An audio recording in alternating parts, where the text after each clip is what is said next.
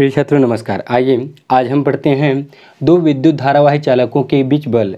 पिछली क्लास में हमने एक समान चुंबकीय क्षेत्र में धारावाही चालक पर बल के लिए व्यंजक स्थापित किए थे और उसको पढ़े थे। उसका वीडियो आपने नहीं देखा है तो डिस्क्रिप्शन बॉक्स में आपको 12th फिजिक्स का प्लेलिस्ट मिल जाएगा, उसे क्लिक करके आप वीडियो देख सकते हैं, या फिर वीडियो के अंत में भी आपको प्लेलिस्ट का लिंक मिल जाएगा, उसे क्लिक करके आप वीडियो देख सकते हैं। तो यदि आप हमारे चैनल पर नए हैं तो चैनल को सब्सक्राइब जरूर करें, साथ ही साथ बेल आइकन को भी प्रेस कर लीजिए, जिससे हम नया वीडियो अपलोड करेंगे तो उसका नोटिफिकेशन सबसे पहले आपको मिल जाएगा। तो आइए स्टार्ट करते हैं। दो विद्युत धारावाही चालकों के बीच बल, force between two current carrying conductor. ठीक, ये जो क्वेश्चन है वो सीजी बोर्ड 2019 में 5 नंबर में पूछा गया था। दो पार्ट में पूछा गया था। एक था दो असीमित लंबे सीधे समांतर तारों, मतलब ये दो तार तो हम उपयोग करेंगे ही, लेकिन उसमें लिखा गया था दो असीमित लंबे, मतलब इसकी जो लंबाई है वो अनंत है। असीमित लंबे सीधे समांतर तारों जिनमें एक ही दिशा में धारा प्रवाहित हो रही है के प्रति एकांक लंबाई पर लगने वाले बल के लिए व्यंजक व्युत्पन्न करना है। मतलब एक ही दिशा में धारा प्रवाहित हो रही है उसके लिए हमें व्यंजक स्थापित करना है। ये 3 नंबर में था। उसके बाद सेकंड था 2 नंबर के लिए, 1 एम्पीयर की धारा को परिभाषित करने के लिए उपयुक्त का उपयोग कीजिए। मतलब 1 एम्पीयर की धारा को आपको परिभाषित करना है और वो पूछा गया था 2 नंबर में। तो कुल मिला के 3 + 2 में दिया था, अर्थात 5 नंबर में। ठीक, तो चलिए देखते हैं कि ये होता क्या चीज़ है। इसके लिए क्या करेंगे, हम दो विद्युत धारावाही चालक तार लेंगे। क्या करेंगे, विद्युत धारावाही चालक तार लेंगे। तो 2 चालक तार ले लेते हैं हम। ठीक, एक चालक तार है हमारा, ये छोटा ले लेते हैं। ठीक, ये हम इसको इतने लंबाई का बना रहे हैं, लेकिन इसकी लंबाई क्या है, अनंत है, असीमित लंबाई का ये चालक तार है। और इसको नाम दे देते हैं P और ये Q। अब इससे D दूरी पर, मतलब इस तार से D दूरी पर एक चालक तार ले लेते हैं हम R और ये S। ठीक, पहला चालक तार है PQ और दूसरा चालक तार है R और S। अब क्या करते हैं, हम ऑस्टेट के प्रयोग से जानते हैं, जब किसी चालक तार में धारा प्रवाहित करते हैं तो उसकी चारों ओर चुंबकीय क्षेत्र उत्पन्न हो जाती है। क्या होती है, चारों ओर चुंबकीय क्षेत्र उत्पन्न होती है। ठीक, तो इसमें हम धारा प्रवाहित करते हैं तो ये धारा प्रवाहित होती है इसमें I1। 2 चालक तार है तो इसको ले लेते हैं हम I1। तो इसमें जब धारा प्रवाहित होती है तो इसके चारों ओर क्या होगा, चुंबकीय क्षेत्र उत्पन्न होगा। ठीक, तो चुंबकीय क्षेत्र उत्पन्न होगा, अर्थात ये जो R और S है इसमें चुंबकीय क्षेत्र उत्पन्न होगा, तो ये चुंबकीय क्षेत्र होगा इसमें उत्पन्न B1। ठीक, इसको दे देते हैं हम B1। ठीक, समझ आया आपको। जब चालक PQ में हम धारा प्रवाहित करते हैं तो उसके समीपवर्ती तार R और S में चुंबकीय क्षेत्र उत्पन्न हो जाता है। ठीक, पहले मैं आपको इस चित्र को अच्छे से समझाऊंगा, उसके बाद फिर मैं आपको डिटेल से लिखा दूंगा। ठीक, तो इसमें चुंबकीय क्षेत्र उत्पन्न होती है। अब चुंबकीय क्षेत्र की दिशा किधर होती है उसे हमें देखना है, तो उसके लिए क्या उपयोग करेंगे हम, दाहिने हाथ का नियम। तो दाहिने हाथ का नियम क्या होता है, दाहिने हाथ का नियम होता है कि एक चालक तार लिए थे हम, ये चालक तार लिए थे, तो हम क्या करते हैं, एक तार लेते हैं, अब इसमें हम धारा प्रवाहित करते हैं। तो अंगूठा धारा की दिशा को प्रदर्शित करते हैं, तो उंगली जिस दिशा में मुड़ी होती है, ठीक, उंगली जिस दिशा में मुड़ी होती है वह होती है चुंबकीय बल रेखा की दिशा। तो इसमें देखिए यह है हमारा तार, तो इसमें धारा प्रवाहित कर रहे हैं, तो क्या है ये, ठीक, देखिए ये है ना, ये अंगूठा धारा की दिशा को प्रदर्शित करेगा, तो उंगली ऐसे अंदर की ओर मुड़ रहा है। देखिए उंगली अंदर की ओर मुड़ रहा है, तो चुंबकीय बल रेखा की दिशा अंदर की ओर हो गई, अर्थात इसको हम ऐसे क्रॉस से प्रदर्शित कर सकते हैं, ये क्रॉस से। ठीक, चुंबकीय बल रेखा की दिशा अंदर की ओर होती है इसमें। ठीक, अब इसमें देखिए, अब RS में हम धारा प्रवाहित करते हैं। पहला तो हम इसका निकाल लिए, जब इसमें धारा प्रवाहित करते हैं तो इसके चारों ओर चुंबकीय क्षेत्र उत्पन्न होती है और चुंबकीय बल रेखा की दिशा अंदर की ओर होती है। अब हम R और S में धारा प्रवाहित करते हैं। ठीक, इसमें जब हम धारा प्रवाहित करते हैं तो ये हम धारा ले लेते हैं I2। क्या ले लेते हैं, I2। अब फिर इसमें चलिए लगा दीजिए, आप क्या लगाएंगे, दाहिने हाथ का नियम। तो इसमें क्या होगा, दाहिने हाथ का नियम, अंगूठा धारा की दिशा को प्रदर्शित करता है, तो उंगली जिस दिशा में मुड़ती है, ठीक, उंगली जिस दिशा में मुड़ती है वो होती है चुंबकीय बल रेखा की दिशा। तो इस तरह से इसमें क्या होगा, इसके कारण चुंबकीय क्षेत्र इसमें उत्पन्न होगा, तो इसमें चुंबकीय बल रेखा की दिशा ऐसे बाहर की ओर होगी। ठीक, ये देखिए ऐसे करेंगे तो चुंबकीय बल रेखा की दिशा बाहर, इसको हम डॉट से प्रदर्शित कर देते हैं, ये।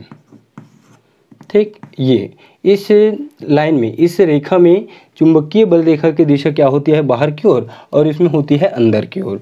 ठीक, ये हम इसमें निकाल लिए हैं।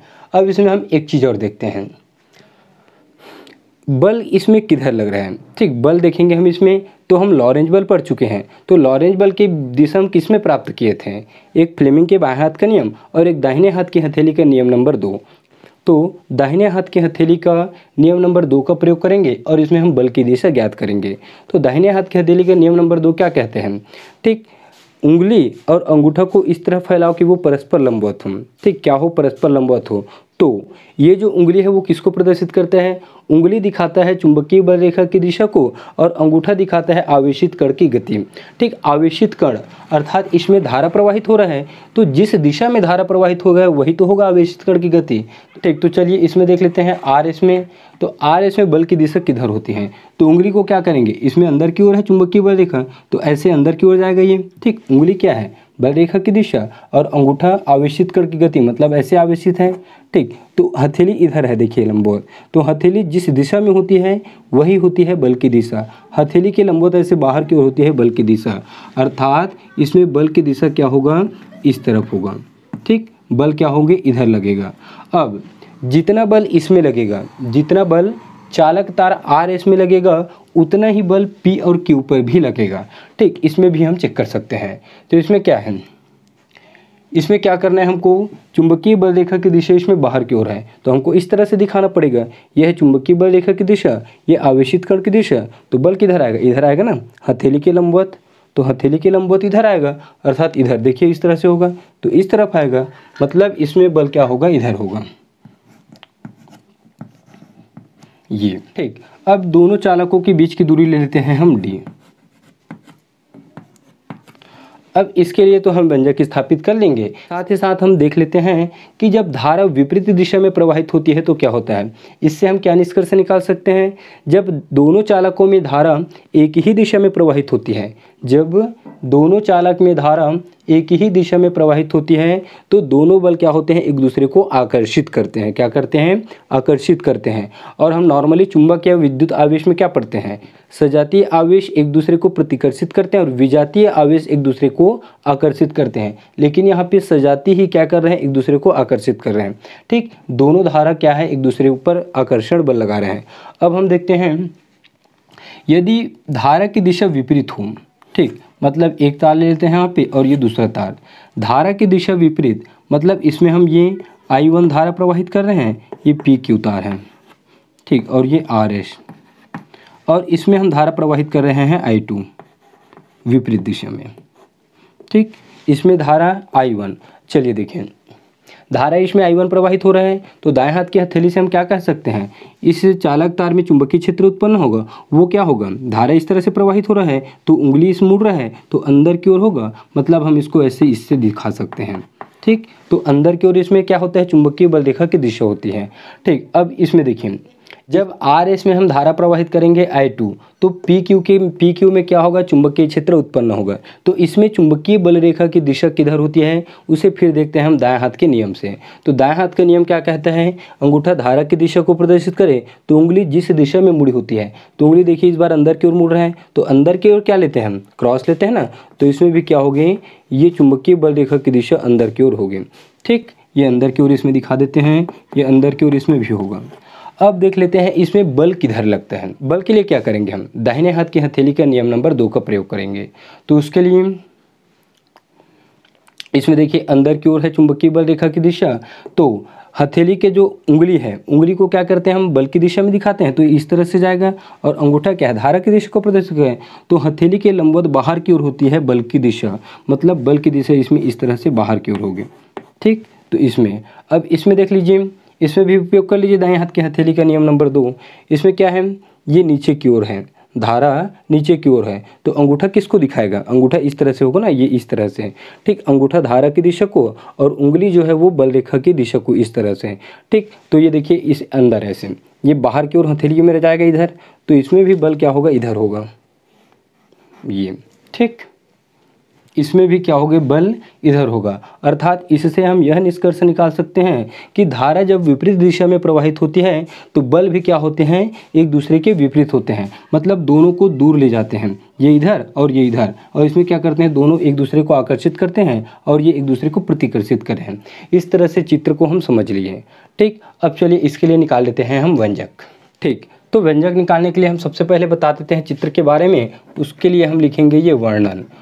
माना PQ और RS दो सीधे लंबे धारावाही चालक तार हैं जो एक दूसरे से D दूरी पर स्थित हैं। ठीक, इतना ही लिखेंगे, छोटा सा 2 लाइन का वर्णन, बहुत छोटा है। अब हम इसके लिए निकाल लेते हैं व्यंजक, क्योंकि जो हम इसमें बताए हुए हैं, जितना भी इसमें हम कार्य किए हैं उसको नहीं लिखेंगे। यदि आप लिखना चाहते हैं तो उसको थ्योरेटिकल लिख सकते हैं।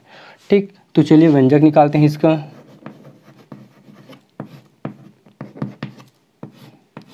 व्यंजक, तो सबसे पहले देखिए, चालक तार PQ के कारण RS पर होगा चुंबकीय क्षेत्र उत्पन्न। ठीक, तो इसे लिख सकते हैं हम। ठीक, ऊपर से लिख दूं क्या? ठीक, ऊपर से लिख देता हूँ। चालक PQ में धारा I1 प्रवाहित की जाती है तो चालक RS के किसी बिंदु पर चुंबकीय क्षेत्र। ठीक, मैं आपको पहले ही बताया हूँ, जब PQ में हम धारा प्रवाहित करते हैं तो दूसरे तार में क्या होता है, चुंबकीय क्षेत्र उत्पन्न होता है। तो चालक PQ में धारा I1 प्रवाहित की जाती है तो चालक RS के किसी बिंदु पर, मतलब यहाँ हो सकता है, यहाँ हो सकता है, यहाँ हो सकता है, किसी बिंदु पर चुंबकीय क्षेत्र। तो चुंबकीय क्षेत्र हम निकाल चुके हैं। क्या निकाल चुके हैं? सीधे लंबे धारावाही चालक तार के कारण चुंबकीय क्षेत्र की तीव्रता DB, B इक्वल टू क्या निकाले हम? ये निकाले हैं μ0/4 पाई और 2I/E। ठीक, इसको हम निकाल चुके हैं, तो इसी का प्रयोग करेंगे। तो चुंबकीय क्षेत्र इसके लिए होगा B। ठीक, तो ये होगा μ0/4 पाई। ठीक, और 2I/D क्या होगा? 2। ठीक, धारा क्या होगा इसमें? I1 होगा। ठीक, क्योंकि इसमें धारा प्रवाहित कर रहे हैं तो चुंबकीय क्षेत्र उसमें उत्पन्न होगा। तो अभी इसमें हम धारा प्रवाहित नहीं किए हैं। ठीक, तो ये होगा धारा I1 और बटे होगा ये DA, तो A की जगह लिखेंगे हम दूरी D। ठीक, इसको काट दीजिए, 2 दूनी 4, तो B इक्वल टू मिलेगा हमें μ0/2 पाई और ये I1/D। इसे दे देते हैं हम समीकरण 1। यहाँ पे 1 लिख लीजिए, ये B1 होगा। अब यहाँ पे हम 2 लाइन फिर लिख सकते हैं। क्या लिख सकते हैं? दाएं हाथ के नियम से B1 की दिशा किधर होती है? अंदर की ओर। क्रॉस मतलब अंदर की ओर, डॉट मतलब बाहर। तो क्या लिख सकते हो यहाँ पे? दाएं हाथ के नियम से B1 की दिशा तल के लंबवत अंदर की ओर होती है। ठीक, किसी भी तल है उसके लंबवत होता है, तो तल के लंबवत अंदर की ओर होती है, यहाँ पे आप लिख लेंगे। अब देखिए, अब दूसरा RS में जब हम धारा प्रवाहित करते हैं, ठीक, तो RS में हम धारा I2 प्रवाहित करते हैं तो इसमें भी चुंबकीय क्षेत्र उत्पन्न होगा, लेकिन RS पर क्या होता है, एक बल लगता है। बल क्या है? F है। तो बल का सूत्र हम निकाल चुके हैं। क्या निकाले हम? ILB sin theta. क्या निकाले हैं पिछले क्लास में? ILB sin theta. तो बल क्या होगा? ये होगा ILB sin थीटा। ठीक, तार की लंबाई हम ले लेते हैं स्मॉल l। क्या ले रहे हैं? Small l। ये अनंत लंबाई का तार है, लेकिन हम एकांक लंबाई ले लेंगे। इसको लिख सकते हैं हम RS में धारा I2 प्रवाहित की जाए तो चालक की लंबाई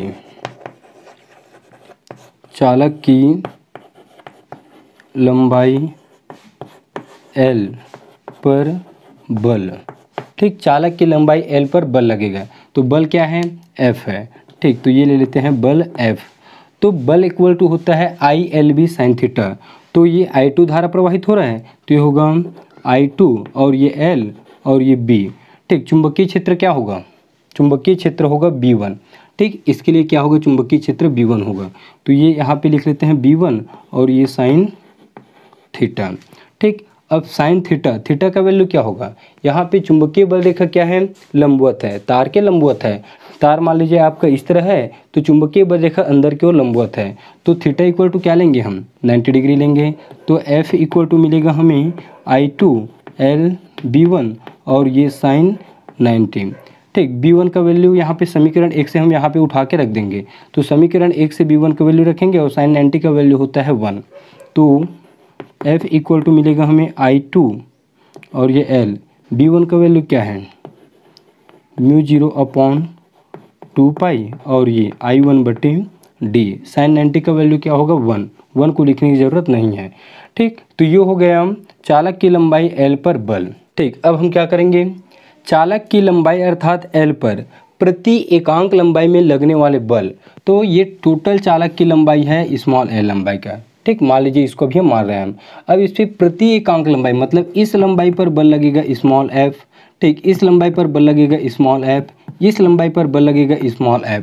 तो टोटल बल क्या है, कैपिटल F है। क्या है, टोटल बल कैपिटल F है और प्रति एकांक लंबाई के बल क्या है, स्मॉल f है। ठीक, अब स्मॉल f को यदि L के साथ गुणा कर दें, स्मॉल f को L के साथ गुणा कर दें मतलब तार की लंबाई के साथ गुणा कर दें, तो ये भी क्या हो जाएगा, टोटल बल होगा ना।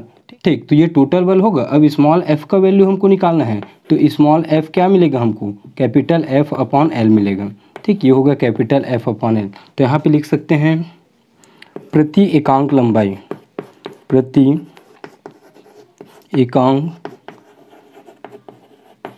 लंबाई पर कार्य करने वाला बल क्या होगा, ये F होगा ना।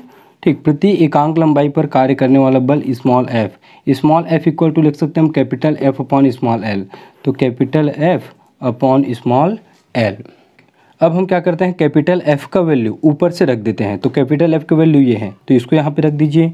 तो ये स्मॉल f इक्वल टू मिलेगा हमें, ये कैपिटल F का वैल्यू रखेंगे हम I2, इस l को छोटा बना देता हूँ, ये स्मॉल l I2 और ये l और μ0/2 और I1/d।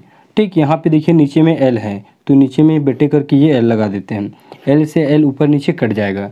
तो f का फाइनली व्यंजक क्या मिलेगा हमें, इसको मिटा देता हूँ मैं। ठीक, इस पूरे को यहाँ तक मिटा देता हूँ, इस चित्र को बस रहने देता हूँ। तो स्मॉल f इक्वल टू क्या मिलेगा हमें, ये मिलेगा स्मॉल f इक्वल टू, ये I1 और I2 को भी जमा के लिख देंगे, इसको जमा के लिख देते हैं। तो होगा μ0/2 I1 I2/d। ठीक, इसे दे दीजिए आप समीकरण 2। अब इसी तरह की सेम टू सेम हमें RS के कारण रेखा P के ऊपर निकालना पड़ेगा। ठीक, RS के कारण चालक तार P के ऊपर बल निकालना पड़ेगा। तो हमें सेम टू सेम यही कार्य करना पड़ेगा। ठीक, जैसे कि यहाँ पे हम B2 लेंगे तो B2 लेंगे तो यहाँ पे I2 होगा। ठीक, ये I2 होगा, यहाँ पे फिर बल लेंगे तो बल यहाँ पे क्या होगा, ये I1 होगा और ये B2 होगा। मतलब हमको सेम यही फिर प्राप्त होगा। तो हम इसको लिख सकते हैं इसी प्रकार करके, इसी प्रकार आप निकालना चाहते हैं तो निकाल सकते हैं, सेम टू सेम इसी तरह निकलेगा, इसी प्रकार। ठीक, किस पर निकलेगा इस बार, चालक तार P के ऊपर। अभी निकाले हैं हम RS पर, तो इसी प्रकार PQ पर PQ के होगा, PQ की प्रति एकांक, PQ के प्रति एकांक लंबाई पर कार्य करने वाला बल, कार्य करने वाला बल। ठीक, तो यहाँ पे हम F लिए थे स्मॉल f, तो इसको ले लेते हैं स्मॉल f/d। तो ये होगा μ0/2 और I1 I2/d, इसे दे देते हैं समीकरण 3। अब समीकरण 2 व 3 से दोनों का राइट साइड इक्वल है तो इसका लेफ्ट साइड भी क्या होगा, आपस में इक्वल हो जाएगा। तो समीकरण 2 व 3 से, 2 व 3 से, ठीक, तो ये होगा F इक्वल टू ये F डैश, ठीक, अब हम इसको सदिश रूप में लिखेंगे तो ये वेक्टर लगाना पड़ेगा। ध्यान दीजिए, जब सदिश रूप में लिखेंगे तो इसके कारण बल ये है और आर इसके कारण बल ये है, दोनों बल की दिशा क्या है, दोनों बल की दिशा विपरीत है ना। तो विपरीत को दर्शाने के लिए हम क्या करेंगे, सामने में माइनस का चिन्ह लगाएंगे तो ये मिलेगा हमें सदिश रूप में। ठीक, अब इस माइनस को यदि हम हटाना चाहते हैं तो क्या करेंगे, दोनों तरफ मॉड ले लेंगे और मॉड का वैल्यू क्या होता है, हमेशा धनात्मक होता है। ठीक, तो इस तरह से यहाँ तक आप व्यंजक निकालेंगे। अब इसके बाद देखेंगे हम 1 एम्पियर के लिए परिभाषा, तो इसको मैं मिटा देता हूँ। ठीक, आप नोट करना चाहते हैं तो इसे नोट कर लीजिएगा। इसके बाद हम देखते हैं 1 एम्पियर, तो 1 एम्पियर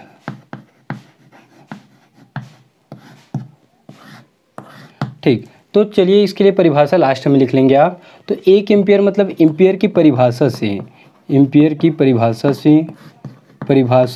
से क्या करेंगे हम, ये दोनों चालक तार को 1 मीटर की दूरी पर स्थित रखेंगे और ये जो धारा है I1 I2 उसमें क्या धारा प्रवाहित होगी, 1 एम्पियर की धारा प्रवाहित होगी, अर्थात I1 equal to I2 equal to क्या होगा 1 और D की दूरी क्या होगा, ये भी होगा 1। अब समीकरण 3 में क्या करेंगे हम, ठीक, या फिर समीकरण 2 में यहाँ पे इन सभी का वैल्यू हम रखेंगे। ठीक, इसको इससे भी दिखा सकते हो, न्यूटन प्रति मीटर। ठीक, जिसको दे दीजिए समीकरण 2, इसमें भी लिख लेना न्यूटन प्रति मीटर। तो चलिए समीकरण 2 में हम I1 I2 और D का वैल्यू रख देते हैं। तो समीकरण 2 से क्या होगा, F इक्वल टू μ0 अपॉन, ठीक, एक काम कर रहा हूँ मैं, इसके साथ ऊपर नीचे 2 का गुणा कर रहा हूँ तो यहाँ पे 2 आएगा और ये 2 दूनी 4 होगा। ठीक, तो ये होगा 2 μ0 और नीचे में होगा 2 दूनी 4 पाई। ठीक, इंटू I1 का वैल्यू 1, ये भी होगा 1 और नीचे में D का भी वैल्यू क्या होगा 1 होगा। क्या कि इसमें हम 2 का ऊपर नीचे गुणा, तो ऊपर में 2 आएगा और नीचे में 2 दूनी 4 हो जाएगा। ठीक, तो 1 1 1 सभी हट जाएंगे तो यहाँ से होगा हम F इक्वल टू 2 गुणा μ0 अपॉन 4 पाई। ये देखिए μ0 अपॉन 4 पाई, इसका वैल्यू होता है 10 के घात -7। क्या होता है, 10 के घात -7। तो ये होगा इस पर बल न्यूटन प्रति मीटर, इतना बल आरोपित करेगा। ठीक, तो इसका परिभाषा हम किस तरह से बता सकते हैं, परिभाषा आपको स्क्रीन पर मिल जाएगा। ठीक, इसको आप समझ लीजिए, दोनों तार एक दूसरे से 1 मीटर की दूरी पर स्थित होते हैं। ठीक, दोनों तार एक दूसरे से 1 मीटर की दूरी पर स्थित होते हैं तो उसमें 1 एम्पियर का धारा प्रवाहित करते हैं। ठीक, कितने एम्पियर का धारा प्रवाहित करते हैं, 1 एम्पियर का। तो दोनों तार एक दूसरे को 2 गुणा 10 के घात -7 के बल आरोपित करते हैं। ठीक, क्या है, दोनों तार एक दूसरे को 2 गुणा 10 के घात -7 न्यूटन मीटर के बल आरोपित करते हैं। ठीक, 1 मीटर की दूरी पर स्थित होते हैं। परिभाषा आप लिख लीजिए। तो इस तरह से हमारा आज की क्लास कंप्लीट होता है और नेक्स्ट क्लास में देखेंगे हम इसके आगे के टॉपिक को। फिर मिलते हैं नेक्स्ट क्लास में। वीडियो आपको अच्छा लगा है तो कमेंट करके मुझे ज़रूर बताएंगे।